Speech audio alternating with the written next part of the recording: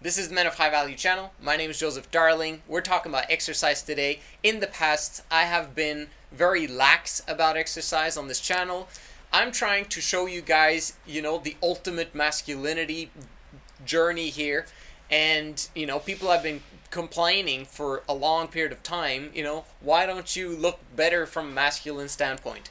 And they're correct that, in order for you to be completely masculine and have a holistic picture of it, you need to have some aspect of physical appearance that makes you go like, dang, like he's a man, right?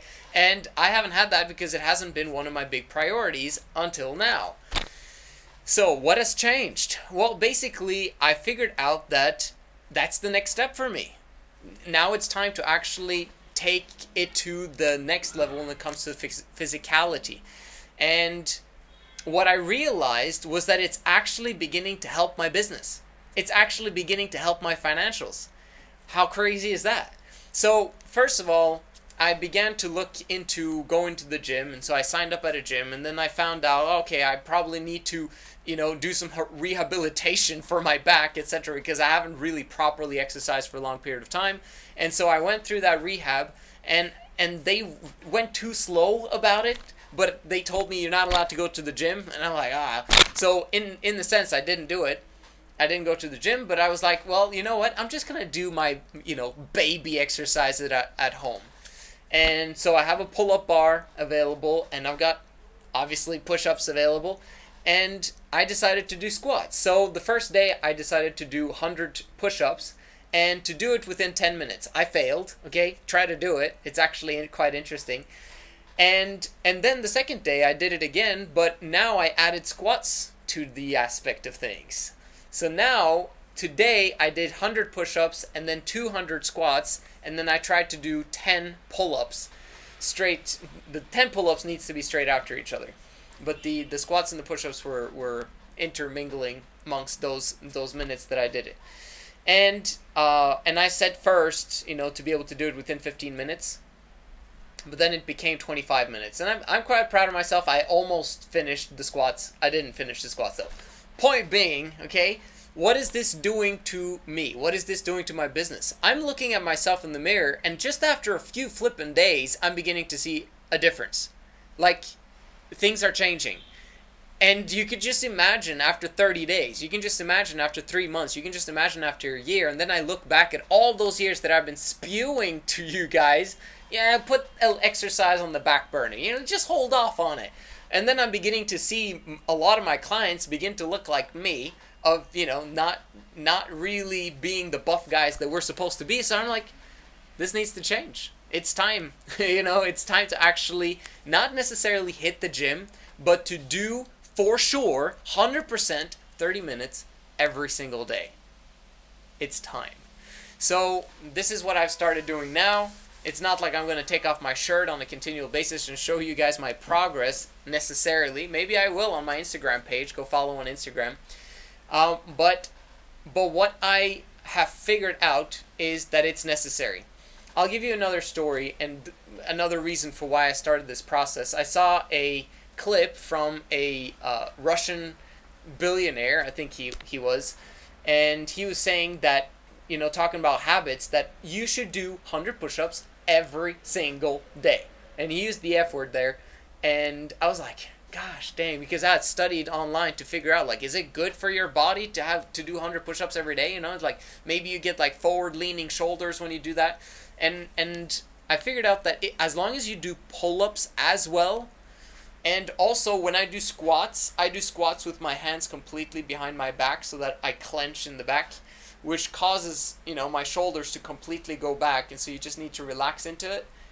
And that will actually help you to, do the opposite of the 100 push-ups, so that, there needs to be an equilibrium of sorts.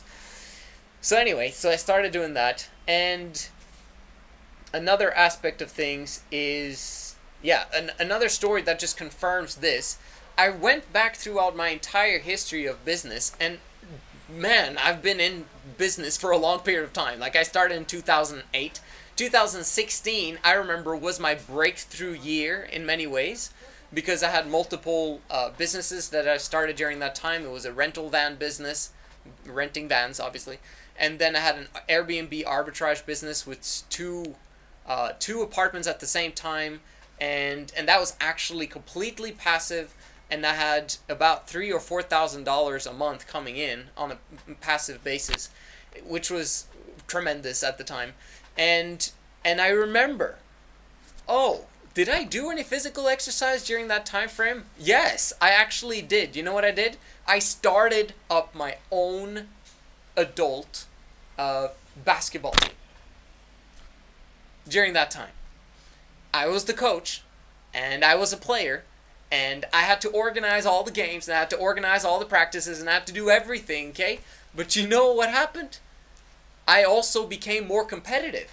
So I was competitive on the floor, playing basketball, and that translated and transferred into my business. I was literally having fun at basketball, okay?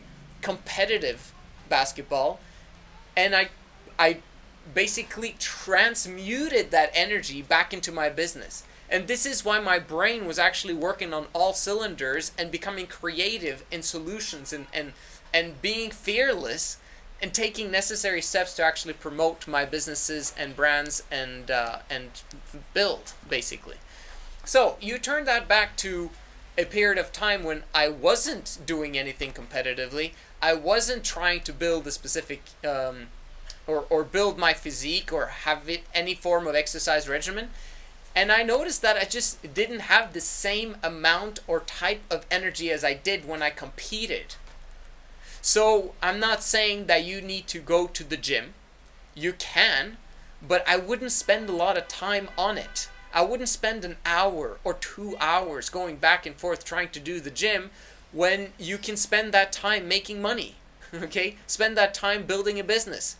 But a half an hour is completely and utterly necessary, and I highly advise that you start with it today, okay? Not tomorrow, today, and that you do it for a long period of time, okay? Consistently for a long period of time. That's when the results show up, right? And you might say, and I've always said that, you know, food, and your food plan is like 80% of your, you know, your body developing into what you want it to be when you exercise. But at the same time, I've also seen that people become ripped even without putting on lots of weight. Okay, but if you do want to put on lots of weight, there are ways for you to count your macros and actually increase in weight while you do this type of exercise. And it's really just about increasing your calorie intake. But are you lazy, or are you actually going to do the research? Okay, I'm not going to teach you all that stuff on this page because I'm not an expert on the nutrition and exercise part. But what I do have to tell you is, until the point when you can afford hiring a personal trainer, I recommend going to a low-cost country and doing that, by the way. Until you can actually do that, then just start the process on your own. You know how to do push-ups, you know how to do squats, you know how to do pull-ups. Just do that repetitively again and again every single day. And keep at it for 30 minutes. And man, it's freaking amazing when you start sweating. It just explodes from your body after 30 minutes. That means that you've had a proper workout, right? 30 minutes of your awake time is approximately 3% of your day. It's like 3.1 or something, or whatever. 3% of your awake time. You can exercise, right? But don't make it into 6% or 9% or 12% of your day. That's not necessary, and it's not the time yet unless you've actually hit 6 figures. 6 figures, 10K a month, consistently over a long period of time. Now at that moment in time, now you can tap into a personal trainer. Now you can tap into counting macros and eating properly. You should eat properly, but you understand what I'm saying. The rest of the day, 75%, you should be working. You should be doing the 80-hour work week. And then you've got now, guess what? You've got 22% left of your awake time to actually relax, to socialize, to prepare food, okay, to do your shopping, do your errands, wash your clothes, whatever it is that you have to do, pay your bills. You have plenty of time to do that, even if you use 78% on work and exercise, okay? So that's what I recommend for you guys. Thank you so much for watching. I absolutely love my channel. Love you guys. Thank you for being my audience. I'll see you guys in the next one.